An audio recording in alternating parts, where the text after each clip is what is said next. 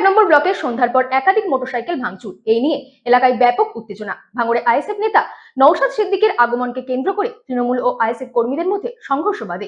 একাধিক মোটরসাইকেল ভাঙচুর করা হয়। এই মুহূর্তে বড় খবর, আবারও ভাঙড়ের এক নম্বর ব্লকের সন্ধ্যার পর একাধিক মোটরসাইকেল ভাঙচুর করা হয়েছে, যার ফলে এলাকায় উত্তেজনা ছড়িয়ে পড়েছে। স্থানীয় সূত্রে জানা গিয়েছে, নওশাদ সিদ্দিকী ভাঙড় এক নম্বর ব্লকে আসার কথা ছিল। কর্মীরা মাঠ পরিদর্শনে আসলে বিতর্ক বাধে। 25 থেকে 30 জন লোক তাদেরকে বাধা দেয় এবং এলাকায় গন্ডগোল শুরু হয়। পুলিশের দাবি, তৃণমূল কংগ্রেসের হাতে আগ্নেয়াস্ত্র ছিল, তবে তৃণমূলের কাছ থেকে এই বিষয়ে কোনো বক্তব্য পাওয়া যায়নি। এলাকায় বিশাল পুলিশ বাহিনী মোতায়েন করা হয়েছে গন্ডগোল নিয়ন্ত্রণে আনার জন্য। Bureau report, রাতদিন news network.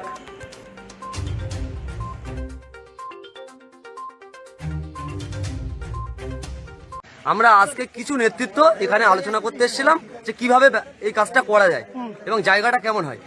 সবেমাত্র এসে আমরা দাঁড়ালাম এখানটায়, দেখলাম হঠাৎ এই বুথের এবং বাইরে থেকে লোকের থেকে আমরা জানি না, হঠাৎ 30 থেকে 40টা ছেলে রিভলভার নিয়ে মেন ফেলে দিয়েছে, কারেন্টের মেন ফেলে দিয়েছে, রিভলভার নিয়ে হাতে বড় বড় ব্যাটম, কোদালের বাঁট আছে, শাবল আছে, যাবতীয় ব্যাপার, বোমা পর্যন্ত নিয়ে এসছে।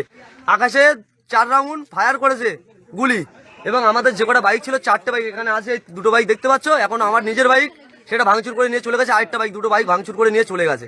আমরা এতটুকু বলতে চাই আজকে ভাঙড়বাসী হয়ে এবং ভাঙড়ে আজকে আমরা আইএসএফের নেতৃত্ব হয়ে এতটুকু বলতে চাই, আজকে কলকাতা পুলিশের সিপি সাহেবকে আমরা বারংবার দৃষ্টি আকর্ষণীয় হয়ে আমরা বারংবারই বলছি যে যারা এই ভাঙড়টাকে সন্ত্রাস করছে তাদেরকে ইমিডিয়েটলি গ্যারেজ করুন, না হলে কিন্তু এই ভাঙড়ের মানুষ আগামী দিন কিন্তু গণতান্ত্রিক প্রক্রিয়ায় উচিত শিক্ষা দেবে। এবং সাথে সাথে আপনারা দেখেছেন নিশ্চয়ই, এই যেভাবে ভাঙড়ে এই গুন্ডামি, মুস্তানি, রাজারি চলছে এই নটোরিয়াস ক্রিমিনাল আসার পর থেকে ভাঙড়ে, এর আগে আমরা কখনো ভাঙড়ে বেতাজ বাসছে, আরাবুল ইসলাম, কাইজার আহমেদ, তাদের সঙ্গে লড়াই করেছি, এরকম নোংরামি কাজ আমরা দেখিনি।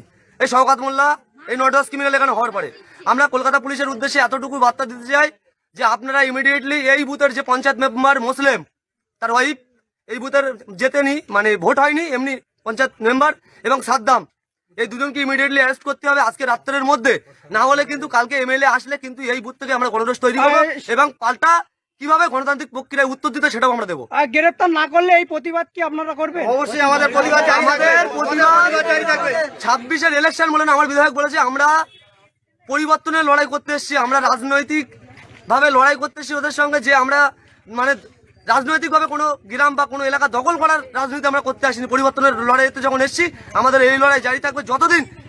এই তৃণমূলের জন্য বিকাল 3টার সময় আসার জন্য উনি আহ্বান আমরা করেছিলাম, তিনি আসবে।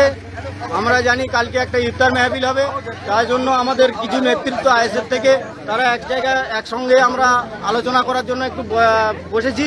তার পরিপ্রেক্ষিতে দেখলাম টিএমসির কিছু গুন্ডা বাহিনী হারমাত তারা এসে পিছন দিয়ে 3খানা বাইক ভাঙচুর করে, একটা বাইক হাতে করে নিয়ে চলে যায়। আমরা প্রশাসনের দ্বারস্থ হয়েছি, প্রশাসন সেখানে দাঁড়িয়ে আছে, তারা নীরব হয়ে দর্শকের ভূমিকা নিয়ে তারা দাঁড়িয়ে আছে, তারা কোনো স্টেপ নিচ্ছে না। যারা গাড়ি নিয়ে গেছে তারা কোন দল করে? ওরা টিএমসি দল করে। তারা কোন এলাকা এটা? এটা ভাঙড় 1 নম্বর ব্লকের রাজাপুর গ্রাম, আমার 1 নম্বর নলমুড়ি এলাকা। নলমুড়ি এলাকা।